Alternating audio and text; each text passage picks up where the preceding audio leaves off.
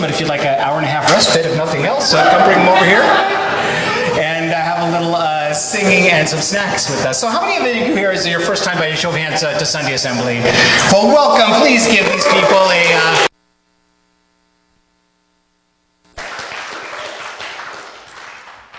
we do a little thing called Life Happens, where we share some of the things that have happened in some of our assemblers' life. They're kind enough to share with us on a 3x5 card. So I'm going to read some of these.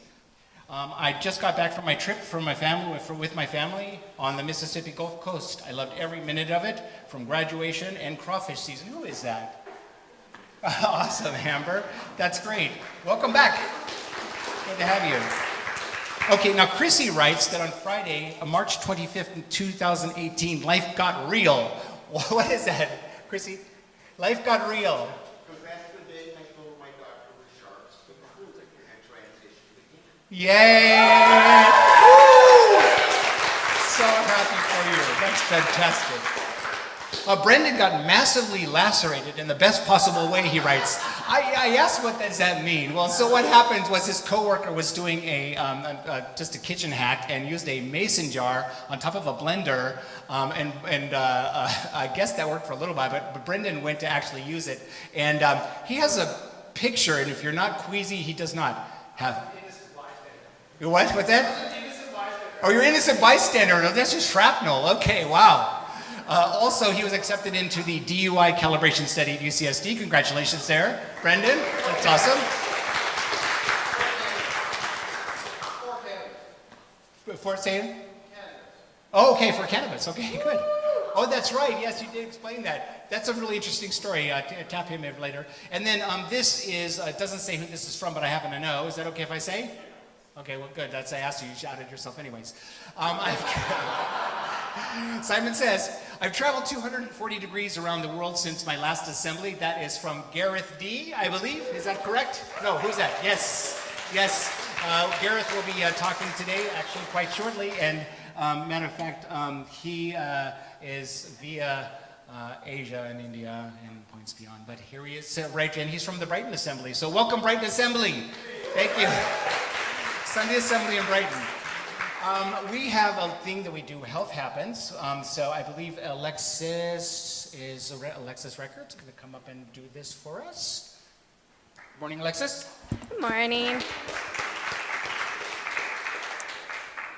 So Jen couldn't be here today, and she wrote me some notes, which I'm going to try to stick to. But I want everybody who is a San Diego local, who owns this assembly, calls it home, to kind of relax and picture in your mind what it would take to put on an assembly. Imagine the founders of Sunday Assembly as they're driving to their comedy gig, two comedians wondering, you know, it'd be funny if we had church, but since we're atheists, we don't go to church, and what could be this like all-inclusive church people and non-church people, and everyone could come together and celebrate life together. Now, fast forward a few years and you're sitting here, and how you could help your local Sunday Assembly. If you're from LA or Brighton, you know, take a nap. But if you are from Sunday Assembly, we are 100% volunteer run. That includes the board of directors, it includes the people that put on the assembly once a month, it includes the people who run the meetups and do the one-time events. So, keeping that in mind, we need some volunteers. Everyone's eyes go to their shoes, quick. And I want you to, as I'm reading this list of things that we need so much, figure out where your gifts, the thing that nature and genetics gave you, that you can give back to your community and work together. We need people to share personal moments. That means you can write something down and someone else can read it. You can do it however you want. We can turn off the video if you need to during your personal moment. We need help planning small meetups like game nights, bowling nights, hangouts, stuff you already want to do and enjoy. This month we need help with our Pride Parade and Festival planning, and someone to be at the booth and sign up for the booth. You can sign up, I believe, at these tables here. We need someone to help lead singing at assemblies. And Jen wrote, like karaoke, but with less drunkenness. Notice she didn't say no drunkenness.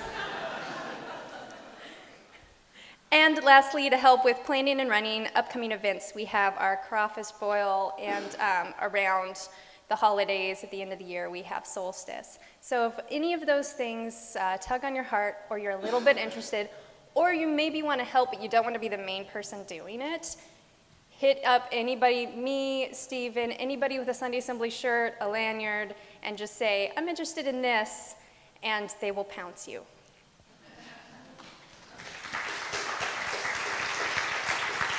Thank you very much, Alexis. So as Alexis outlined, we have a personal story at every Sunday Assembly. This is a story out of somebody's life. Could be hilarious, and we've had some fantastic ones, and some of them have been heartrending. But each one of us has stories, so we'd love to hear your story. So if you feel like you'd like to share your story and you don't think you can get through it, you can write it out, and we can have somebody else read it for you. But we're interested in hearing from each one of you and getting to know a little bit more about you.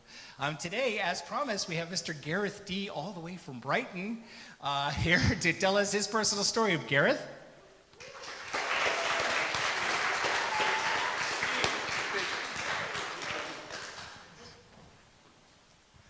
Thank you very much. Okay, so this story starts with me being made redundant, laid off at the end of last September, and being in the strong position where I got given a large stack of cash as a severance package. I wasted half of that by saving it, and the rest of it I invested in traveling around the world. As I said, I am now 240 degrees east of London, and I have been generally moving slowly east since October the 16th last year. And here are a couple of stories about being a traveller around on the theme of building bridges. So my first one is in Saigon. Now, I call it Saigon because that's what all the locals do. Nobody calls it Ho Chi Minh City that actually lives there. And I'm walking through a narrow, dark alleyway to get to my hostel, whereupon I'm shot by a 6-year-old with a finger gun. I do what I think is the appropriate response to this, which is have a massively over-the-top theatrical death. I then come up, jump up with my finger guns packing, and then spend the next 5 minutes diving behind garbage bins, hiding behind corners, to the general amusement of the children present and the grandma looking at me very quizzically, but largely amusedly. It still is one of my favourite moments from my travelling, just seeing the smiles, just hearing the laughter from those little kids. The second story that I want to tell you is from Cambodia, and I was in Phnom Penh. Now, for those who don't know Cambodian history terribly well, spoiler alert, it's not cheerful. Fully 30% of the people who lived in Cambodia died in the 1970s due to violent action. Scale that up to America, that's something like 110 million people being killed in a decade. I went to a place called S21, which is a torture camp that they extracted confessions from people before they sent them to be killed in the killing fields. It is, without doubt, the saddest place that I've ever been. That evening, I was feeling a bit raw. You know, I'm not ashamed to say that I spent a fair amount of time crying, walking around S21. And I went to the pub, because I'm British, and that's what you do, with a load of other travellers. And I drank a fairly large amount, because I'm British, and that's what you do. And I'm then walking back to the hostel, and I see a burger van. It's like, oh, fantastic, beer munchies. And so I sit down, and there's a group of Khmer guys. The Cambodians refer to themselves as Khmer as well. And they're listening to some music, drinking some beers. One of them lobs me a can of beer. I offer some money for it. He point blank refuses. They ask me where I'm from. I say England. And they go, oh, what team, what team? And so I then say Liverpool, because that was my boyhood team. And for the next 10 minutes, they ask me to play some music for wherever I'm from. So I play them a couple of Brighton bands on YouTube. some Cambodian pop, which seemed largely incomprehensible, but was quite excited. And then, as my food's arrived and we're eating it, one of them puts on Hey Jude, and all 5, 6 of us lustily sing Hey Jude in the middle of the tropics in Cambodia. And again, it brings goosebumps to my skin just remembering that. And then just walking home with this huge grin on my face. It's just a fantastic moment. The third and final memory that I want to share to you on this is, again, in Cambodia. And again, beer was involved. This one, a particularly good Cambodian beer by the name of Klang, which means strong in Cambodian. It's fantastic, and there's a picture of an elephant on the can, just in case you didn't get the message. And we're in a place called Koh Rong. Koh Rong is a beautiful desert island just off the southern coast of Cambodia. And we're sat around a table, and there's Flo, who's a French woman. There's Hendrik, an improbably tall German. An Austrian woman called Julia, another German couple, 2 young Dutch women whose name I can't remember, and me. And we're chatting away, and it's all very lovely. We've all explained where we come from, where we've gone, because that's what you do when you're a traveller. It's a bit like going to university. Instead of saying, what's your major and where's your hometown, you say, where are you from and where are you going? And that's just kind of the icebreaker conversation.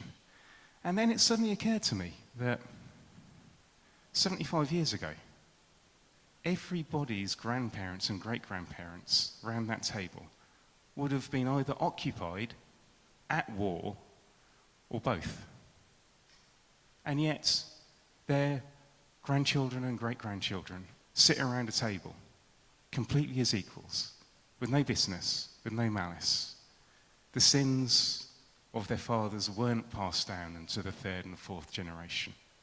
It took effort to get Europe back together after the Second World War. But it worked, and now we just hang out as friends. And so it was the virtues that were passed down by people building bridges. Thank you very much.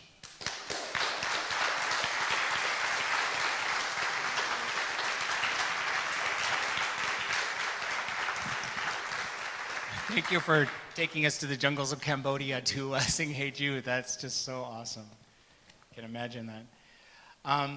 Our speaker today, Nicky Endres is a long-defied convention, transfeminine, genderqueer, and gender-fluid martial artist and adopted child.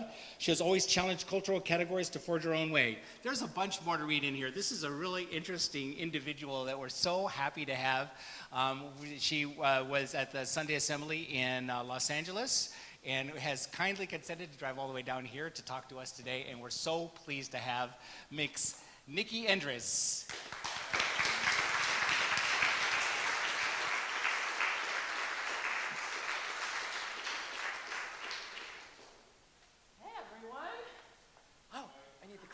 Sorry. All right. It's good, it's good. Well, do some improv. Yeah, give me a word. Thank you for having me very much. It's a pleasure to be here. I'll get your mic turned on. Awesome. I'll just project the entire way. We're actors.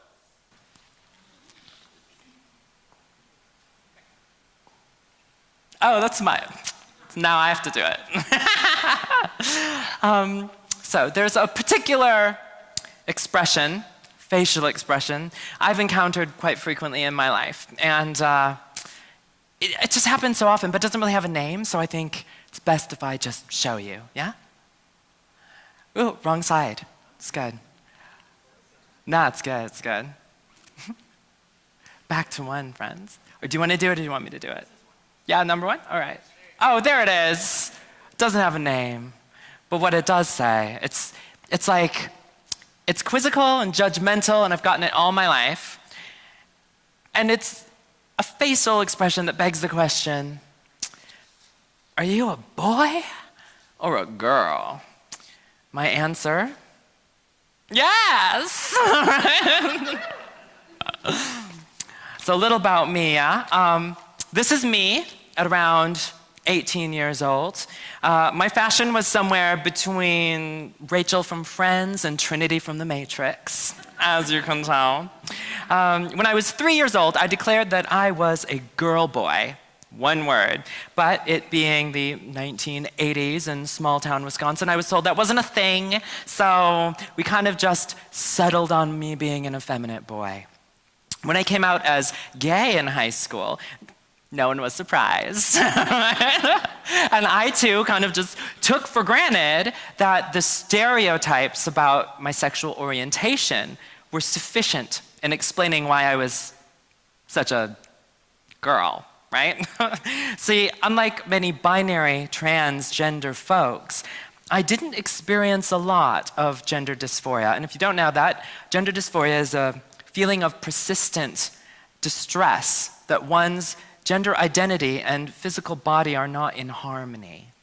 I didn't feel that very intensely, nor often enough, to even consider that I was trans. At the time, the overly simplistic trapped in the wrong body story was the only trans story that I ever heard of. It didn't resonate with me because I didn't feel like a woman trapped in a male body. I just felt like a male-bodied woman. For most of my adulthood, I kind of just took for granted that I existed in this constant state of cognitive dissonance. But to be clear, it's not that I was confused about who I was, just at a loss about how to talk about it, you know? Am I a man? Am I a woman? Am I both? Am I neither? I'm just the Schrodinger's cat of gender. I knew y'all would get that. So today, at 35, 27, I feel like Asian. I feel like I finally have come across the language and the concepts to talk about my experience of gender. I identify as non-binary, trans, feminine, genderqueer. Easy, right? Well, you know what else is funny is I'm not sure of if or how, to be quite honest, that have gotten to this point of clarity if I hadn't become an actor.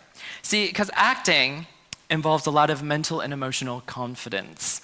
On the surface, it seems like a fun and creative career, you know, pretending to be other people, telling stories. It can be glamorous and fun, but I don't think we talk about quite enough the how discrimination and rejection are also just part of the daily part of the job. It's just what happens in the industry. I mean, the casting process alone, it involves looking at a picture of a person and deciding, judging, if that person in the picture could be a certain character or not. So this is the headshot. Or no, this is actually me. I missed a click. This is me at 35. 27. This is the headshot that got me my first gig. And the headshot got me a lot of other auditions. It wasn't me, but it was the type of character that I really loved playing and that people were willing to pay me to play. So, you know, it was cool. But after a while, I started noticing that I was going from ninjas and vampires and assassins to gay best friends, hipsters, drag queens. My agent required a feminine shot just so that he could show casting directors I'm a gender chameleon. So this became the next headshot that was getting me the most auditions and bookings. Since then, it's become sort of a chicken or egg situation, or the years following that at least. Was I becoming what they saw in me, or were they simply responding to something authentic about me of which I was not even yet aware? I think it was a bit of both. So sometimes I wonder if I chose to pursue an unconventional career where I am statistically at a great disadvantage, to be honest. Not so much because I love acting, although I do love acting, but because my subconscious needed some kind of way to help propel me through my gender journey. I didn't grow up with the resources or access to queer experiences or stories, queer spaces, or queer mentors. And I didn't even really know how to think of myself within the context of being LGBTQ. So this is why today I feel really passionate about allyship and about empowering people to become allies. I think there are still too many people, especially kids, who are culturally isolated in this way. The internet has revolutionized information sharing and access to these kinds of topics, but I find that despite there being so much great information about how to be good allies to trans and gender nonconforming people, a lot of it is structured in a way that can be really intimidating, right? Like policing your behavior, what not to do, or how not to do this. Or it can be difficult to navigate without a point of reference that feels personal. Someone that you know and love is trans or gender nonconforming and has, provides an emotional motivation to do the work. So today, I want to share with you what I consider the fundamentals to being an ally to trans and gender nonconforming people. So, without further ado, that was a long cold open, but here we go. Title sequence, the gender alphabet, the ABCs. Now, to be clear, I'm not going to go through the whole alphabet, don't worry, where it's like literally A, B, and C. We ain't going to be here all day. And just FYI, it's Pride season, so happy Pride, everyone. Right? And happy Father's Day. As we will learn, if we don't already know, you do not have to be assigned male at birth to be a great dad. Yeah? So, A. A is for awareness. Allyship starts with awareness. Awareness, remember, is an active kind of thing. Allies seek to educate themselves and sort through misinformation. See, it's not about being a know-it-all or getting it perfect all of the time. It's about adopting the attitude that gender diversity is a positive and beneficial thing, not just for trans and gender nonconforming people, but for our broader culture.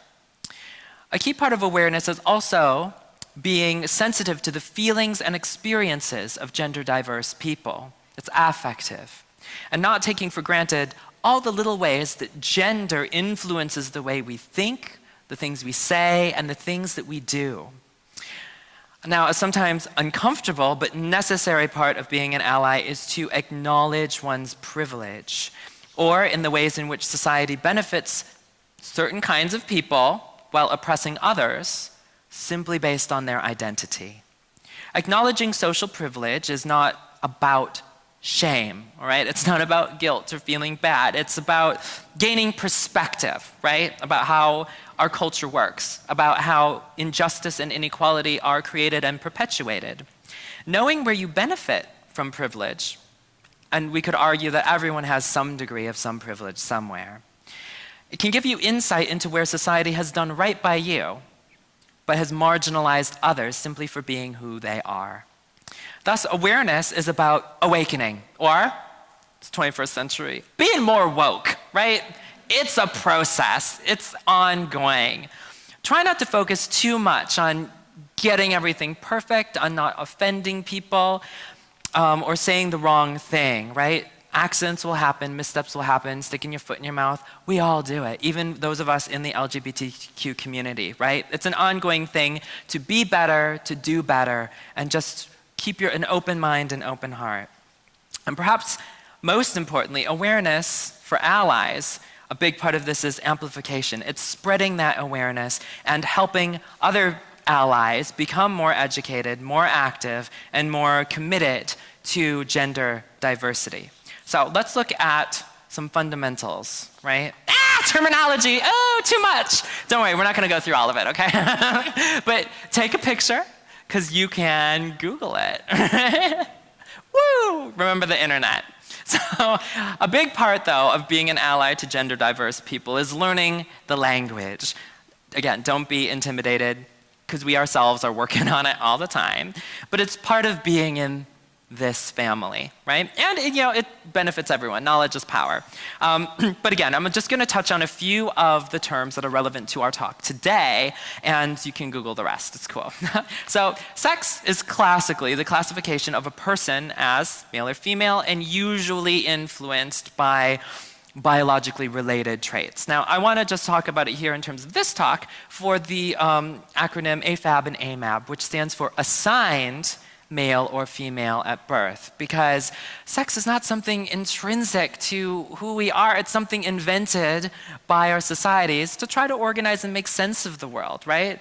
Your DNA, your genitals, your secondary sex characteristics doesn't determine your gender. You determine your gender, but we assign sex and gender based on these things. And so a trans and gender nonconforming friendly way of saying it is remembering to frame it within the terms of a cultural convention, not as in eternal truth, yeah? Next, gender. Gender is a societal construct. And I bring this up because then it's important to know that different cultures have different opinions about and values and stereotypes about gender. And there are cultures around the world who recognize more than two genders. Here too, I just want to let you know the difference between gender identity and expression, right? I'm a great example of this. Gender identity is a deeply held internal sense of who you are. Expression is how you show that to the world, or how you move through life using whatever conventions or stereotypes or expectations that you feel fit with you. I identify as non-binary trans feminine, and at home, you know, I enjoy my male body. I don't have dysphoria about it. But out in the world, I really enjoy expressing myself as very femme, right? So and it changes. I'm genderqueer, so sometimes I do, sometimes I don't. But the important thing is just to know that everyone has a right to express who they are, and we don't tell people who they are, right? We listen to other people tell us who they are. Next, cisgender. Cisgender, just so that we don't take it for granted, is when a person's gender identity corresponds to the cultural expectations that come with the sex they were assigned at birth. Transgender is when a person's gender differs from the sex they were assigned at birth. And a note right here is that if you ever see it shortened to just trans, that's okay, that's cool. It's not derogatory, it's just a shorthand version to be inclusive of all trans identities. Gender nonconforming is when the person's gender expression is different. Now remember, we're talking about expression. When it's different from cultural expectations of masculinity or femininity. A note here is that this is a pretty broad kind of contextual sort of theme. And not all gender nonconforming identifying people are trans, and not all trans identified people are gender nonconforming. I happen to be the Venn diagram where I identify as both, but a lot of people are not. I know that's a lot of terminology and words. Let me give you an easier example. We're all Californians, yeah? Well, we're in California now. See you in California today. A lot of people think, oh, Californians are surfers, or oh, surfers come from California. It's like, well, yeah, a lot of Californians like surfing. A lot of surfers are from California, but not all surfers are Californians, and not all Californians are surfers. Does that make sense? All right, cool. Sexual orientation, another thing that sometimes is problematic for trans and gender nonconforming people, because so many of our words that describe sexual orientation or who we're emotionally and physically sexually attracted to is based on presuming one's body, presuming one's gender, presuming that you're cis. And so I'm going to let you Google this, but there are a lot of other terms that help gender nonconforming and trans people express their orientation, what they love, who they're attracted to, that are bigger than just the homo-hetero kind of binary.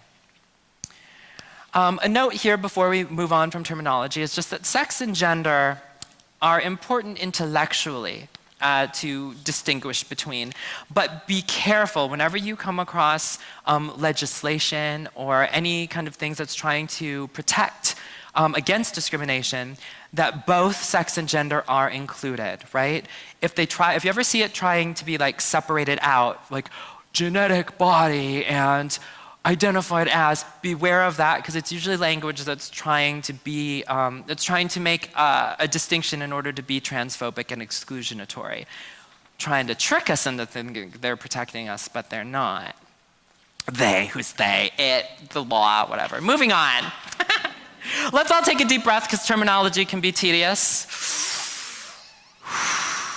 But language is power. So here, I want to talk about something a little bit just more accessible in our daily life, and that's pronouns. In English, we have the following pronouns for people.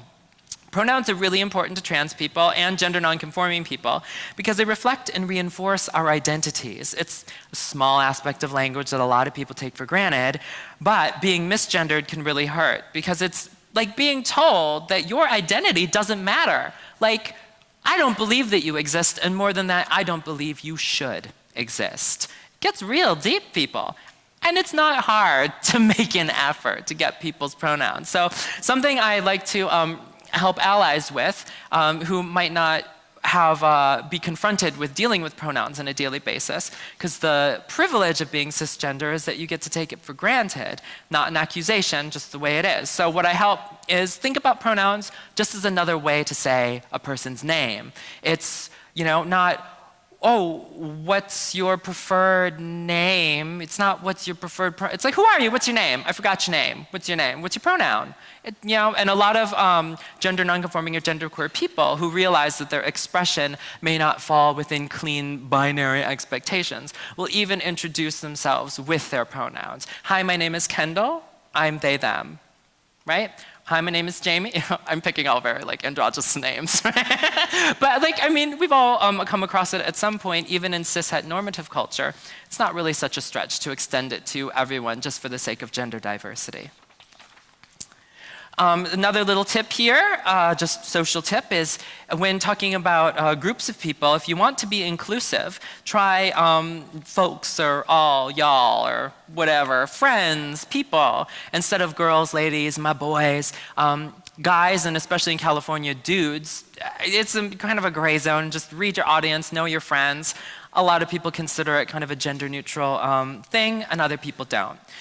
So when in doubt, just be inclusive. Just assume that you have a group of all genders, all ages, all ethnicities, all, you know, everything, all nationalities, and that's really kind of a good place to start. So B is for beyond binary. Let me start you off with a little, I feel like y'all get this already, but humor me, I liked this slide. So gender, and not a checkbox, right? It's a spectrum. And I think by now we all kind of get that the binary system of gender is insufficient when it comes to explaining actual human experiences. So here's an analogy. We tend to think about temperature as either hot or cold. But hot and cold, like masculine and feminine, are relative. How many of you know someone who is like always cold? Yeah? How many of you are that person? I'm that person. So like, despite what the temperature in the room might be, right? Let's say 72 degrees, right? Comfortable room temperature. It's right. Everyone experiences that a little bit differently. We even have temperature words that are more colorful to even like differentiate between these things, right? Like my tepid might be your warm, or your chilly might be my cold, right? It's just how we feel. So here's something to think about. We tend to describe when we are too hot or too cold, but what do we say when we're just comfortable? Is there a temperature description that describes, I feel right, you know? Now imagine a world in which gender is by default expansive, dynamic, and relative. We may still think about masculinities and femininities, like we talk about hotness and coldness, but ultimately it's about understanding how everyone is comfortable in different ways. What feels right for one person is probably different than what feels right for someone else. Can't really judge that. So let me ask you this. How many of you who identify as cisgender women have felt pressure to be more feminine?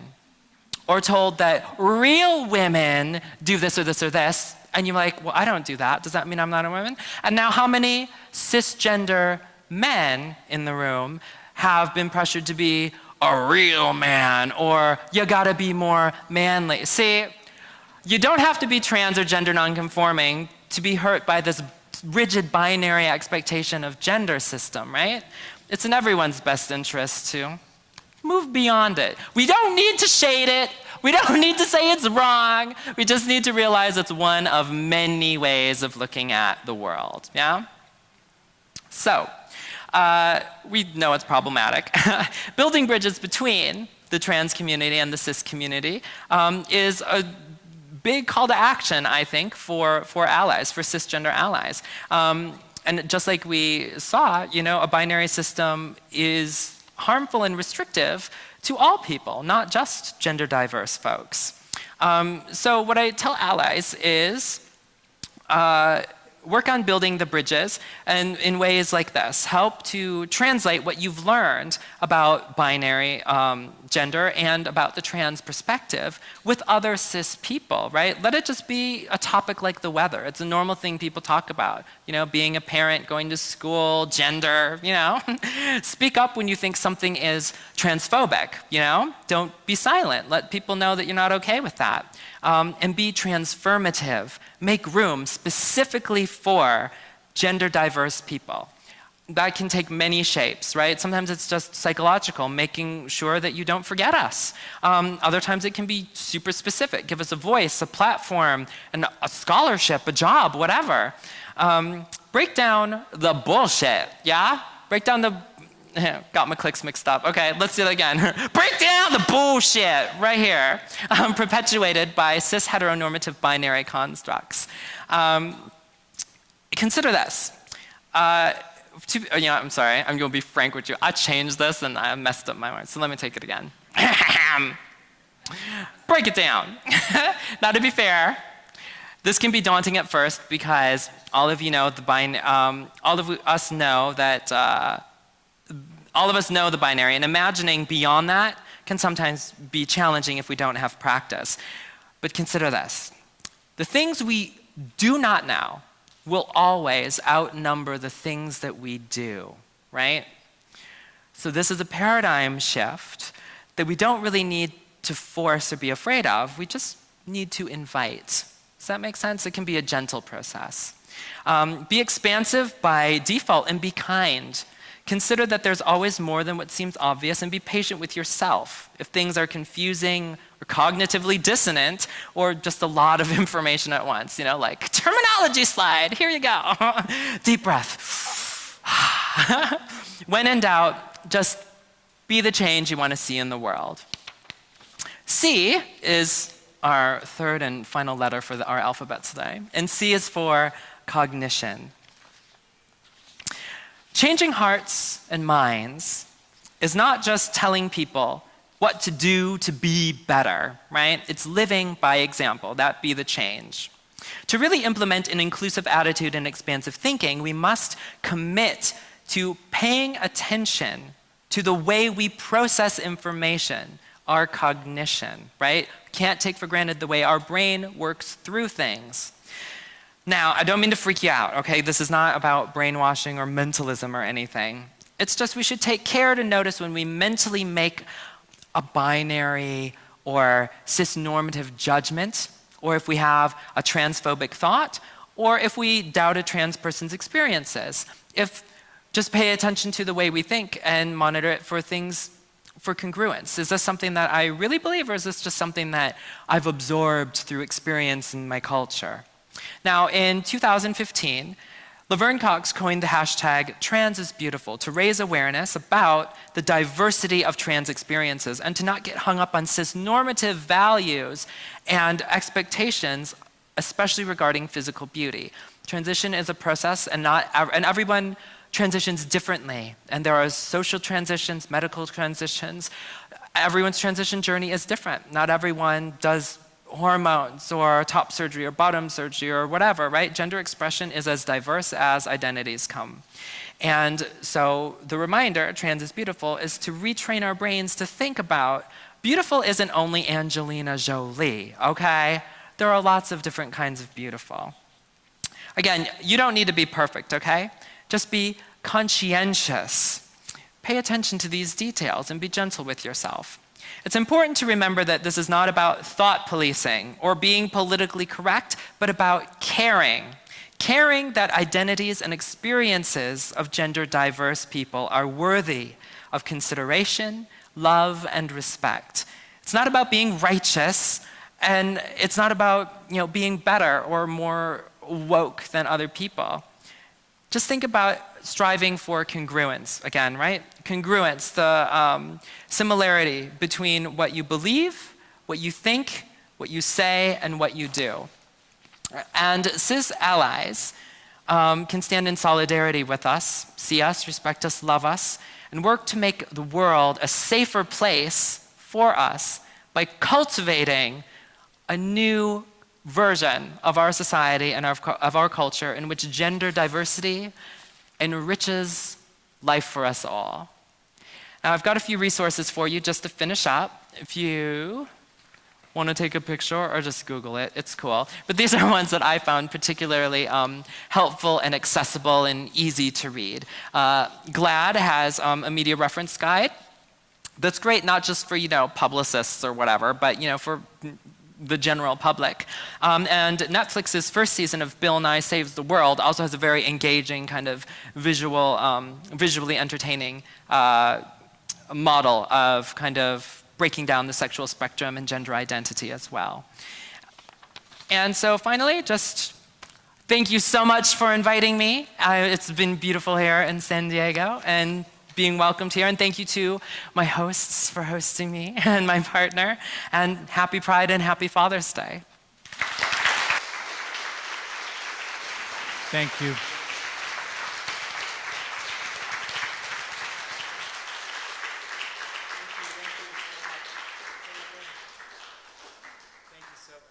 Thank you so much, Nikki. Thank you. I'm going to say that really loud. Thank you so much. That was lovely. Will you be able to stay after to answer questions for people or to talk? Awesome. That is fantastic. Well, here we are again with the amazing Mr. Paul Svensson.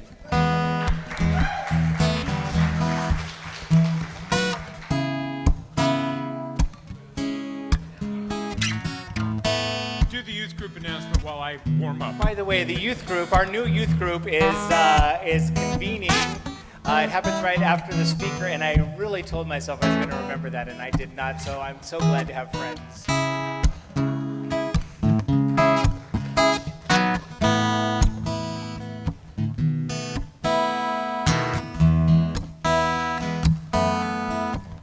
When the night has come and the land is dark, and the moon is the only light you see. No, I won't be afraid. No, I won't be afraid. Just as long as you stand by me. So darling, darling, stand by me, oh, stand by me. If the sky that we look upon should tumble and fall, and the mountain should crumble to the sea, I won't cry, I won't cry, no, I won't shed a tear, just as long as you stand by me. So darling, darling, stand by me, oh, stand by me, oh, stand by me. Whenever you're in trouble, just stand by me, stand by me. Won't you stand now, stand by me, oh, stand by me, oh, stand by me, oh, stand by me.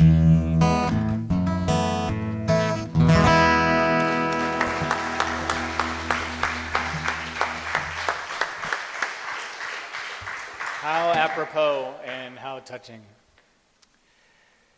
We have some special guests visiting us for the personal moment today. For people from Los Angeles that we saw at the Los Angeles Assembly, and they were kind enough to take the train on down here and come visit us today. So I welcome Monica and Raphael Wagoner.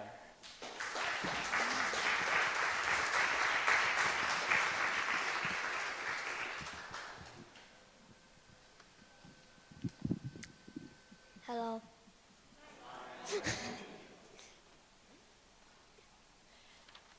Four years ago. Okay, so here, Raphael, what do you think of this? How does it smell to you? I can't smell it. Just, take a deep breath through your nose and you'll... I can't smell it. I can't smell anything. I never have. Hi, I'm Raphael Wagner.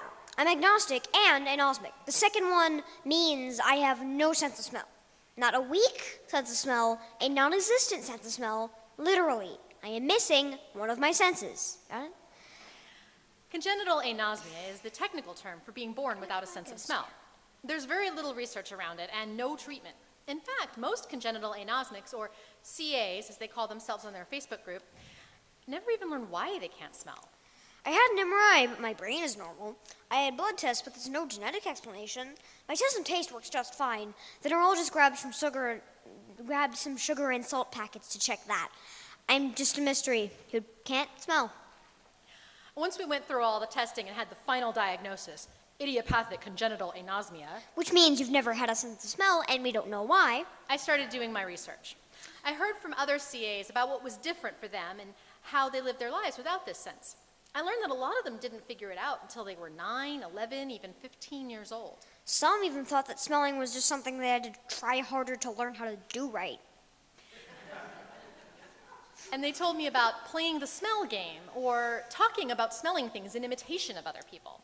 Before I figured it out, I used to say things like, I smell rice cooking. That means I want to eat rice. He'd say this when I was like browning onions and ground beef. I should have known something was up.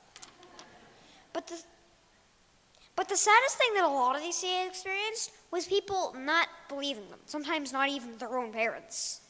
It seems kind of unfair, but I get a lot of praise on these groups for being so understanding about it. I guess I'm lucky compared to some folks, but I have had some strange experiences because of being anosmic. Like at school, a couple of times a sixth grader would ask me, are you the kid who can't smell? Like what, am I famous or something? For some reason this would happen in the bathroom. There are upsides. Once my dad and I used a porta potty at the farmer's market, and he said, you're so lucky you can't smell. It's horrible in here. Yay, I guess. The two biggest issues that CAs handle differently from the rest of us are fire hazards and hygiene. Did you know that you can get natural gas detectors, just like smoke or carbon monoxide detectors? Because I do now. Most adapt by being very strict with scheduling. So those smoke detector batteries get changed every 6 months, and bath towels every 2 weeks, no exceptions. Oh, and if it's past its sell-by date, don't even risk it. For me, though, the whole experience has forced me to be much more aware of how I use my sense of smell and come up with alternate ways of teaching my son how to navigate the world. Oh, I can already make great scrambled eggs. Just that. And I'm getting much more aware of how I use texture, time, and visual cues when I'm cooking so that I can pass on that skill in a smell-free way. But unlike acquired anosmics, people who have lost their sense of smell and are usually pretty sad about it, CAs tend to be pretty flippant about the whole thing. It's hard to miss something you've never had. They giggle at us and are disgust at public elevators and random puke. But people still don't really get it sometimes. They say things like, so you can only smell your own farts? It's hard to grasp really not having any idea of what smell is. If you still have trouble with this, I don't know what to say. Well, actually, I do. So I'm holding a magnet in my hand right now. It has a magnetic field. Can you sense this magnet? Do you have any magnetic sense? No? Well, birds can. How do you find your way home? Where do you go during the winter?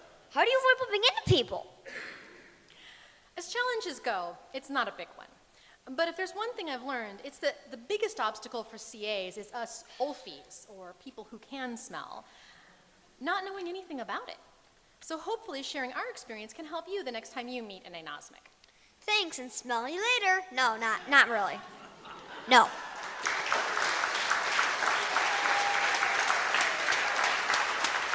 Oh, sorry.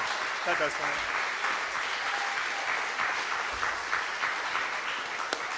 Really, really well done. That's just great, you guys. Thank you so, so much. Thank you. Right goes forward. Okay, thanks very much. Well, our theme for today is bridging the gap.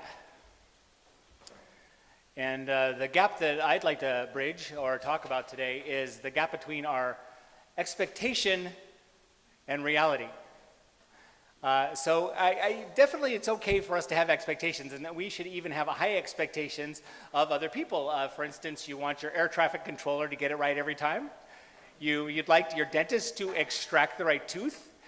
You expect your surgeon to come well rested and prepared, and you expect them to do a good job.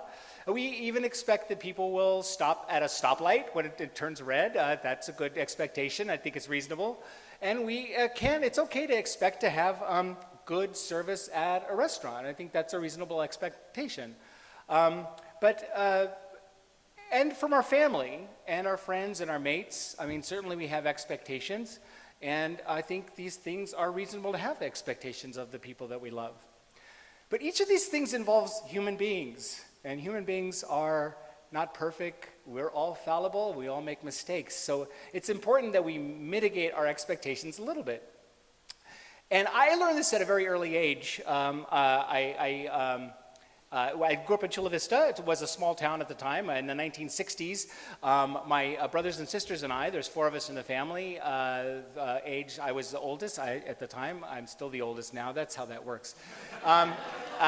7, 6, 5, and 4 years old, and we took our little red wagon and we put all the glass bottles that we got in the house. Now, at the time, every glass bottle had a deposit. A huge bottle of soda at the time was 32 ounces. And a quart bottle, and that was 5 cents. And then the 12-ounce bottles of Coke was 2 cents. And we put all these bottles in our wagon, and we walked like 6 blocks to the corner store when little kids aged 4 through 7 walked alone to the corner store, which did happen all the time. There was like a network there. It was not the internet, but if you did something wrong, your mother would get a call. But you were watched all along the way. Anyway, so we went to the corner store. And we would get like $2.20. For all these bottles, which at the time was a lot of money. And we divided it evenly among the other kids, 50 cents for each of the kids and 70 cents for me because I knew math. And I would buy a candy, like the Ferrar Jawbreakers, which probably accounted for some of the teeth problems I had later in my life. And I'd buy comic books. At the time, you could buy a Hershey bar and a comic book for $0.25. And I'm not a Marvel or DC kid. I did have a little fling with the Green Lantern for a little bit, but that's if I was going to pick a superhero, that'd be it. But these are the comic books I read right here. It was Richie Rich. I don't know if any Rich fans at all. They read these, and Archie. That's what I read was Archie comics. And the amazing thing in the back of these comic books was they had this advertising page that had all the things that you could order from mail order. This was Amazon of the day. You'd put money in an envelope and you fill out the mail order thing and you send it away, and in just 4 to 6 weeks you'd get this thing back. So there was amazing things on there. For instance, if you were a 98-pound weakling and you were on the beach with your girlfriend, and somebody came up and kicked sand in your face, it took your girlfriend away. Back in the days when it was creepy and women were property. You could bulk up. You could just pay some money here and send this little thing in the envelope, and you get the secrets from Charles Atlas, who was Mr. Universe, and you could then become big, and then you could go kick sand in the guy and take your girl back. So that's how that worked back in the 1960s. Or you could buy x-ray glasses. You could buy these glasses. You could see through your hand. You see this guy seeing through his hand, and he's also seeing through a woman's dress, which in hindsight is really, really creepy. But this is the things you could get. But the thing that I was the most interested in, sea monkeys. Oh, sea monkeys. Now, I was really excited to get sea monkeys because, I mean, obviously this is a highly evolved culture. You can see they're a genteel society. They keep their tails covered in front of their privates, and they have a whole structure and a whole world they have there. So sea monkeys are fantastic. And so I, put the thing, I sent for my $1.25 away of the money that I'd saved, and I sent out for the sea monkeys. So I get my sea monkeys back. And the thing about sea monkeys, they're instant pets. Own a bowl full of happiness, instant pets. So that's what I was really excited about, getting these sea monkeys back, because they're instant. So I got my sea monkeys. So it turns out you have to prepare the water for a day. I don't think that's a big deal, so instant pets, we're going to do this together. It's going to be awesome. I'm going to do this very carefully. So the sea monkeys are in here. Instant. Live eggs right on there. So this is going to be great. I have to have the water at 78 degrees, which I carefully calculated.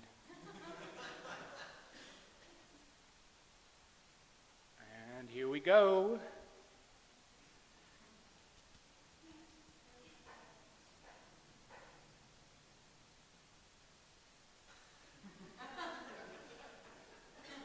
So it takes about 5 days for the instant pets, to grow. So I invite any of you to stop by my house in a week, and we'll have sea monkeys there. So I learned to mitigate my expectations. I learned that what I read was not necessarily going to be true. And of course, as we all go through our lives, we learn that, from things that happen in our life, that not everything is going to be as we expected. And I think that's a really important lesson to learn. I think if we expect good service at a restaurant all the time, excuse me, that's can stay there or pick it up, thank you. If we expect good service at a restaurant and that's all we expect, then when we get bad service, we can be frustrated. You can be very frustrated when things don't meet your expectation. And being able to write that in your expectation doesn't mean you have to lower your expectation. You don't have to not expect good service at a restaurant, but you could write into your expectation that some restaurants are going to provide bad service. And now when you get bad service, you go, okay, this is one of those restaurants I'm not going to eat here again. I still tip because, the people that are wait staff don't make enough money. But it helps you that way. And also, if for instance, if you're driving your car and somebody cuts you off, and if you expect everybody to do the right thing all the time, you're definitely going to be frustrated. And but people cut you off sometimes just because inattentive, you're in the blind spot, they don't see you, and that's all that happens. I've cut people off. I never intend to do it. It happens sometimes. I wish there was like a blinker, like a purple blinker on the back of my car that could say, "I'm really sorry. I didn't mean to do that." That would be awesome. So they know, because I end up putting my hand like, "Oh gosh, I'm really sorry," and they're like, "Yay!" So. But if you write into your expectation that not lowering your expectation, but that there are things maybe that you didn't think about before. I think we've had some really good examples of not only writing into your expectation, understanding. There are things we know that in life that we don't necessarily know about or understand, and we know that with our friends, our families, our mates. We expect them to love us, to support us, to listen. We expect them to be honest with us, and we expect them to back us. But people are fallible. People forget birthdays. They're late sometimes. They are sometimes thoughtless, and so are we. If we write into our expectation that we understand those things, I think it goes a long way for us to have better relationships. And if we have some perfect examples today, Gareth talking about traveling and exposing to other cultures and seeing how other people live, and especially in Cambodia, having an understanding of what the history has been there, it really helps you have a better understanding of the people. And I think it makes you a more empathetic person that way. I didn't know until I met Raphael that somebody could not have a sense of smell, and I feel like a richer person for having known that now, and for the wonderful way that he's shared that. And he makes dynamite scrambled eggs. I saw it this morning at our house, so it's a fantastic job.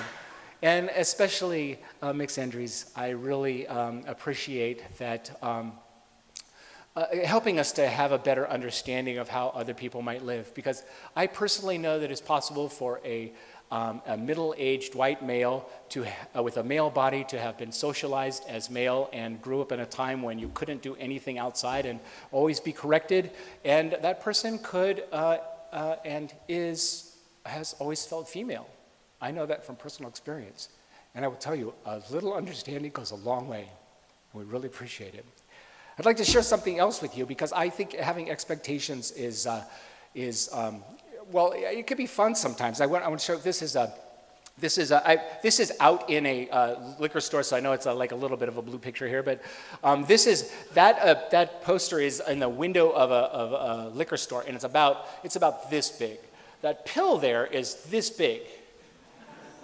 And I saw that thing, this is just a couple of years ago, I saw that, and I go, well, that really doesn't meet the expectation of what people expect. You know, is the pill this big, or are you going to swallow it? So I don't do a lot of civil disobedience, but I did personally augment this sign.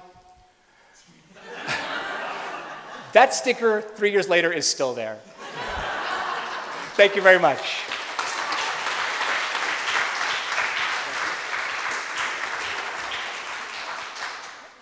And now, we'll take a deep breath and contemplate the many things that are going on in the world, or just be with your own thoughts. A moment of silence.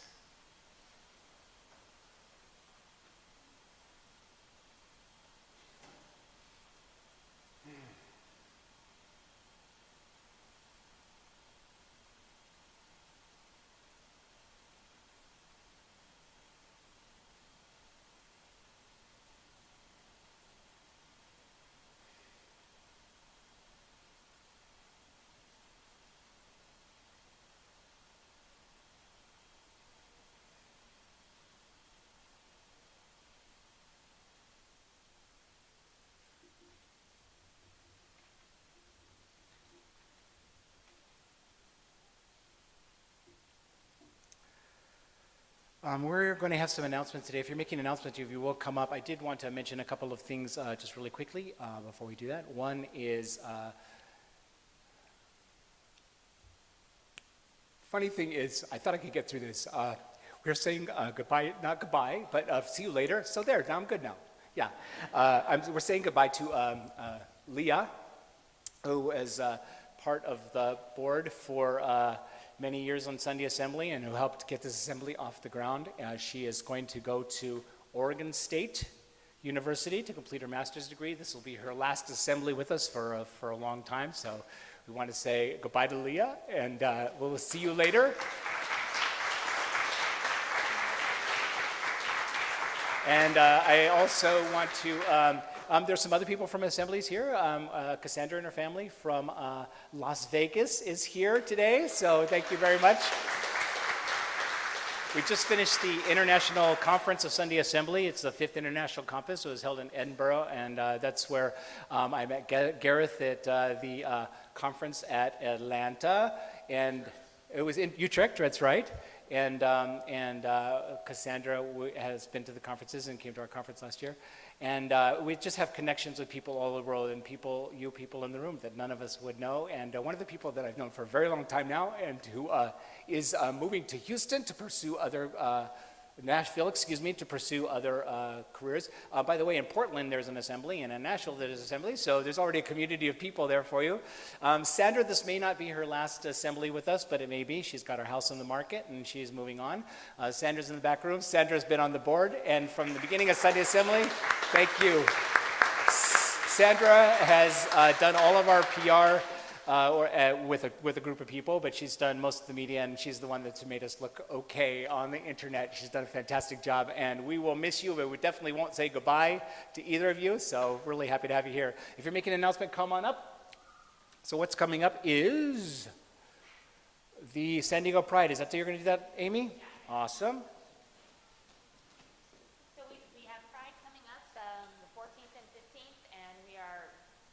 Really looking for some volunteers. There's a sign-up sheet right over there on the table. What we need to know is if you want to march in the parade, if you want to help man the festival booth is the big thing. And one of the things I learned this morning is that if you're going to be at the festival booth, you have to have a day pass for the parade, which is a $25 ticket.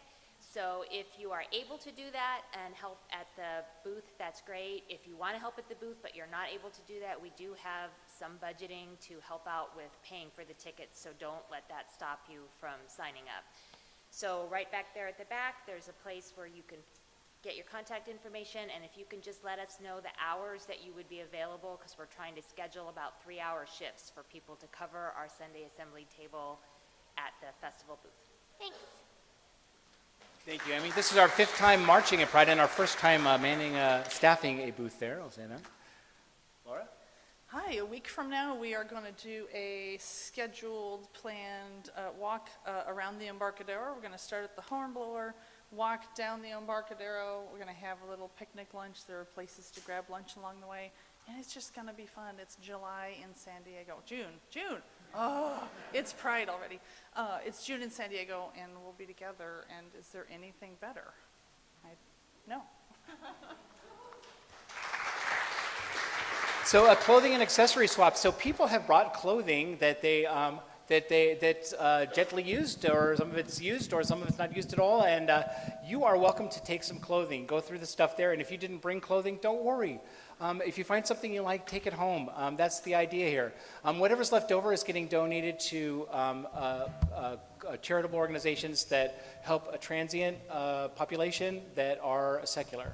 So we'll make sure that that happens, and we don't know specifically because different people take different things on different days, but that's where it's going right now, so we have a number of people that's going to. But please, check out back there. It's going to be super cool. And also, Willie, who has kindly set this place up for us and is our host here at the Bankers Hill, the indoor sports, which this is a fantastic facility. It is completely ADA compliant. It was built specifically for what in the 1930s they called shut-ins, where people that weren't really getting out. And indoor sports isn't like a wheelchair basketball. It is indoor sport at the time was considered. Outdoor sports are people that get out and do things, and an indoor sport was a person that stayed in all the time. And this was a chance for the community of people that wouldn't normally have a community to be able to come here. It's a fantastic place. They're having their Bankers Hill Gas Lamp Quarter Jazz Orchestra on June 30th. That's right, Hill right here. There's flyers in the back there. Please consider attending this event. It sounds like a really, really good fun time, and we're going to try to make it ourselves. And anything else there other than another wonderful song from Mr. Paul Sutton. And all of us. I don't sing alone, and you guys are awesome at helping out. So last time we did a song in 5/4 time. You know, we did Turn the World Around, 5/4 time, which was weird. This is in 7/4. So it just, whenever you think you're going to have another beat before something is to be sung, forget it. You'll see what I mean. You know this song. Stand up.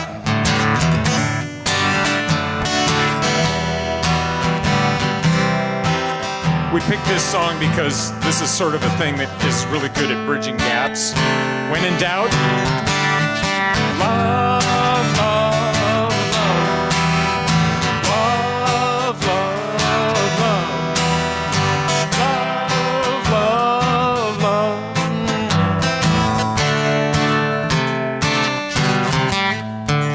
There's nothing you can do that can't be done. Nothing you can sing that can't be sung. Nothing you can say, but you can learn to play the game. It's easy. Nothing you can make that can't be made. No one you can save that can't be saved. Nothing you can do, but you can learn to be you in time. It's easy.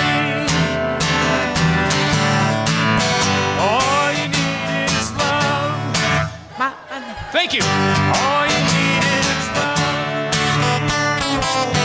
All you need is love. Love. Love is all you need. Love, love, love. Love, love. Love, love, love.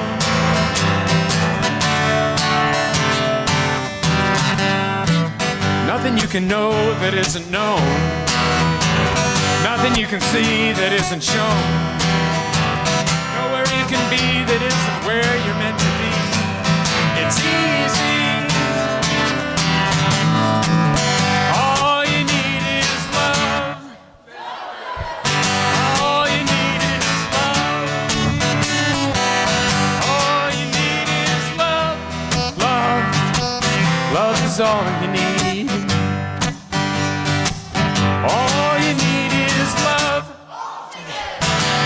There you need is love. All you need is love. Love. Love is all you need. Now we're going to split this in half. You're the first part, you're the parentheses. Love is all you, love is all you, all you, all you, all you,